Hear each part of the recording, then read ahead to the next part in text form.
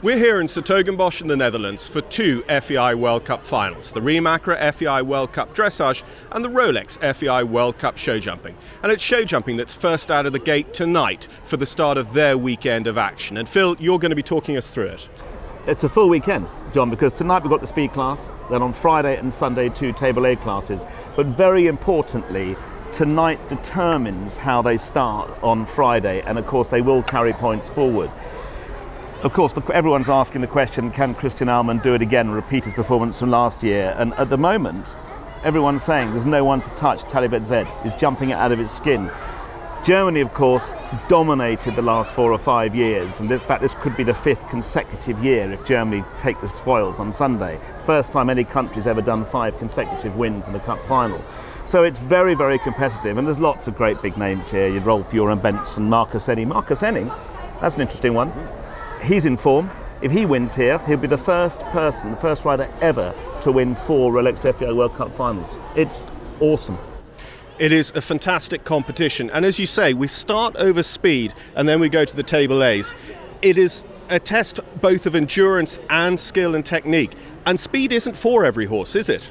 It's not. We were just talking to Ali Al-Thani, for example, earlier, and I was talking to Edwina as well this weekend about her horse. And their horses are not particularly speed horses. So, you know, they've got to be a bit careful because positioning tonight is very important, but then a big galloping horse like Cantaro is going to find a bit of a difficult tonight, but he's going to have to do everything he can to pull it out there, Ali Al-Thani. So, you know, it's all to play for, and it's technical, speed, high jumping later on over the weekend. But, John, it is the Rolex FEI World Cup final. These horses have got to be able to do everything. Well, you say, I've been talking to a few of the riders myself, and I have to say, show jumping now has just become such a precision sport. There's no margin for error, so therefore to see these horses at the very top level, they truly are the best in the world if they can consistently jump over these 3 rounds to get to that Rolex final.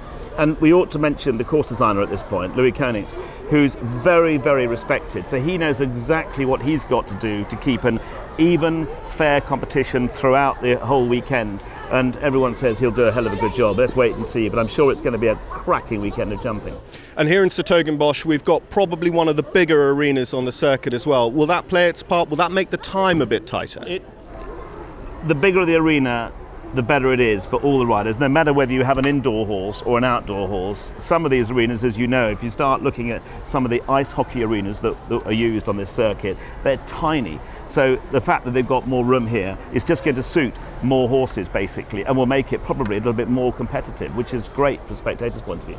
Okay, Phil, 5 are down. First of all, who do you think is going to take the lead tonight after the speed? I'd rather you ask me what's going to happen on Sunday actually at the end, because it's very, very difficult at this stage. One's got to say Germany at this stage. Having said all that, you know, Rolf Benson's on the crest of a wave for Sweden.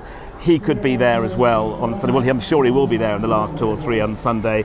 I would just have to say, probably, if you force my hand, I would probably go for country rather than rider, and I'd say Germany could easily come out here and win this for the 5th consecutive year. Okay, for everyone at home who wants to tune in and watch the first leg of the Rolex FEI World Cup show jumping finals tonight, what time do they need to be online?